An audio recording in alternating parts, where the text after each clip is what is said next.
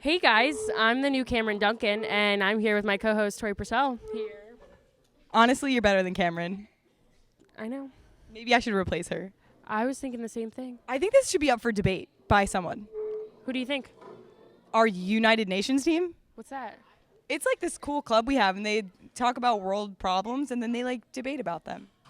Oh, They find solutions. It's not really a club yet, and that's what this interview's about. well, we should go check it out. Let's go look and talk about United Nations. Hi, I'm Tori Purcell, and I'm here with Jerome Campbell to talk about the Model UN Club. Hi, Jerome. How are you? Hello, Tori. I'm fine. Thank you. Awesome. So, can you tell me about how you decided to have this idea to have a Model UN Club at Norristown High School? Well, I came up with the idea when I went to Pennsylvania International Relations Conference hosted by the University of Pennsylvania, which was a trip Ms. Wiegand, Ms. Mitchell, and Mr. Santangelo organized and took some students there, where we went to discuss world issues, and we divided into different simulations, and we just tried to solve these issues as delegates.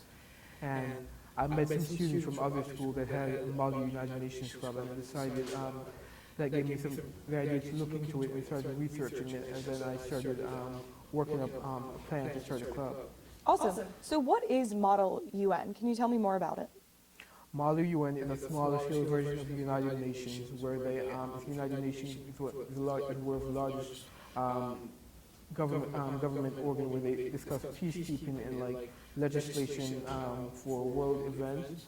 Model United Nations is much smaller and based for high school and college, where students go and they discuss world events and get in different simulations as countries, and they decide how to solve these issues as countries. That's awesome. So, as Norristown High School, are you guys going to go compete and go to these different conferences that they have? Can you tell me more about the sort of competition aspect of Model UN?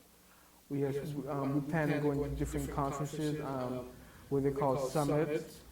We go there and we just where we compete as a country. We register and we pick a country that we would like to represent the conference, and we bring those issues to the conference, and then we represent the country. Awesome. So, how many students do you need to join Model UN in order to be a viable club? There's not necessarily a number, but I'd say at least 10. Mm-hmm. And do you find that other schools have very large chapters, or are they sort of on the smaller end, like 10? Is there anywhere bigger? Do you split up into more? Let's say 100 people join Model UN. Would you split up into smaller groups, or would you all be one country? We'd split up into smaller groups because we can't we could not all represent one country. Awesome. And how do you go about deciding what country you want to represent? We just pick one. If we register early, we be able to pick whichever country we'd like to represent. But if we register late, we just randomly get selected for one. Awesome. And how do you win a competition necessarily? There's no actually winning and losing. It's all about performance. Yes, you'd be applauded and acknowledged for your eloquent performance if you go to debate. If you go to conference and you perform eloquently and your debating skills are amazing, but there's no actually winning and losing. It's all about trying to solve problems efficiently and cooperatively. Awesome. So when you go to each competition, does it get harder each time you go, or is there any sort of scale, or is it just the same every time? Each competition gets harder and harder, more complex, because they want to challenge your decision-making abilities and your crisis-making abilities. To test you, test possible government, world leaders, or future politicians. Awesome. Do you have any examples of a question that they would ask? Do you have any idea? Ways to probably stop.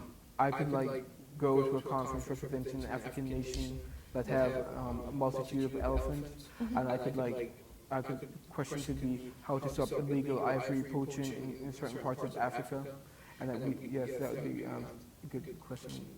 Awesome. And then are you working together with the other nations, the other schools, to find a solution for this problem? Yes, we are. We're trying to cooperate and see how it best benefits us all, but also in a way that's just solve the problem that in a more efficient way.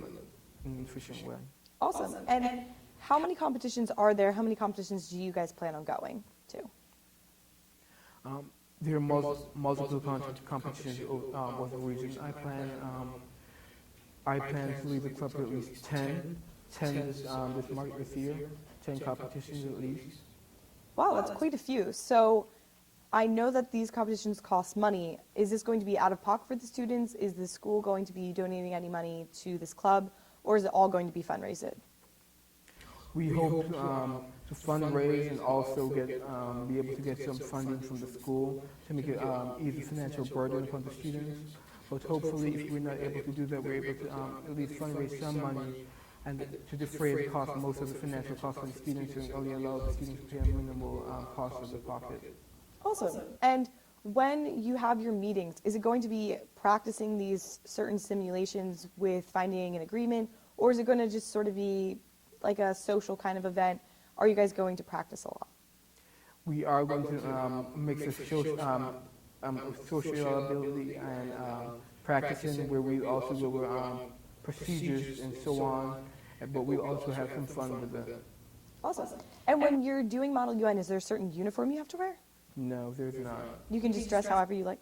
Yes, but when we go to conferences, it's expected of to just formal in a sort of diplomatic way to represent politicians or diplomats, to just dress formally Okay. or semi-formal. And is there any due you have to pay in order to join the Model UN Club itself? No, there's not. Okay. And who's the advisor for Model UN? Mr. Sarek, a history and psychology teacher in room 311. Okay. And are you the president of the Model UN Club?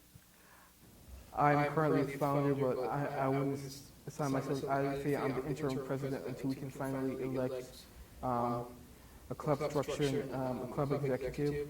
So I'm currently serving as the interim president of the club. Awesome. And have you found any prospective members that have decided to join Model UN? Yes, I have few, but I hope that they will grow and more people will be interested in joining my club. Awesome. And can you sort of take me through what a meeting would look like when you have your meeting in room 311? What will you be discussing? We will be discussing different procedures, different information about Model UN, different databases, just like in like a group or plans for the year, or how we're going to address these plans, fundraising and so on, normal club activities, but also procedures that we go over in Model UN.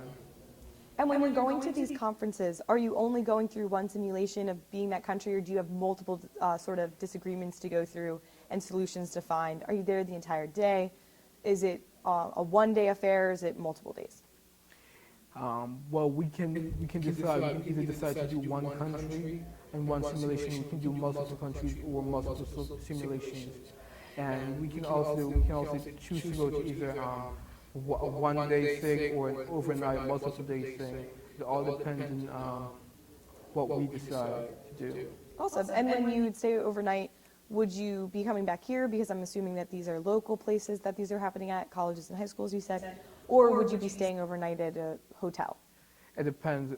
For the local ones, colleges and high schools in the area, we could stay, well, we could go for the day and come back. But if we chose to go to like a more out-of-state one, like the ones that are hosted at different Ivy League schools or like major universities, like the Ivy League Model UN conferences, such as Harvard and one at Georgetown in DC, we could choose to like go there and stay overnight in hotels, and then after the conference, then we may come back. So those are the overnight ones. Awesome. And do these competitions happen on the weekend, or are they during the school week? Both. It all depends. Yes, they can happen on both the weekend and on the school weeks. Awesome. And then I know that you are having a meeting soon, so why don't you tell us when the meeting is, where it is, and anything that the students should bring if they're interested. We will be having a meeting this Thursday in room 311. I'll just say that bring insight and interest, and bring a good attitude to learn, and have just bring interest to join the club and do well in it. Awesome. Is there anything else you'd like to add about Model UN? I think it would be a great experience for anyone who's interested in politics or activism, would like to see change in the world. I think it's a great tool, like further your interest in like politics. And I think it's a great character builder, a great builder of skills of debate and organization and so on. I think it's an amazing club. Thank you so much for being here. Thank you. I'm Tori Purcell, and I'm here with Jerome Campbell to talk about the Model UN Club. They're having a meeting October 20th, and I hope to see you guys there. Now back to the Eagle's Eye.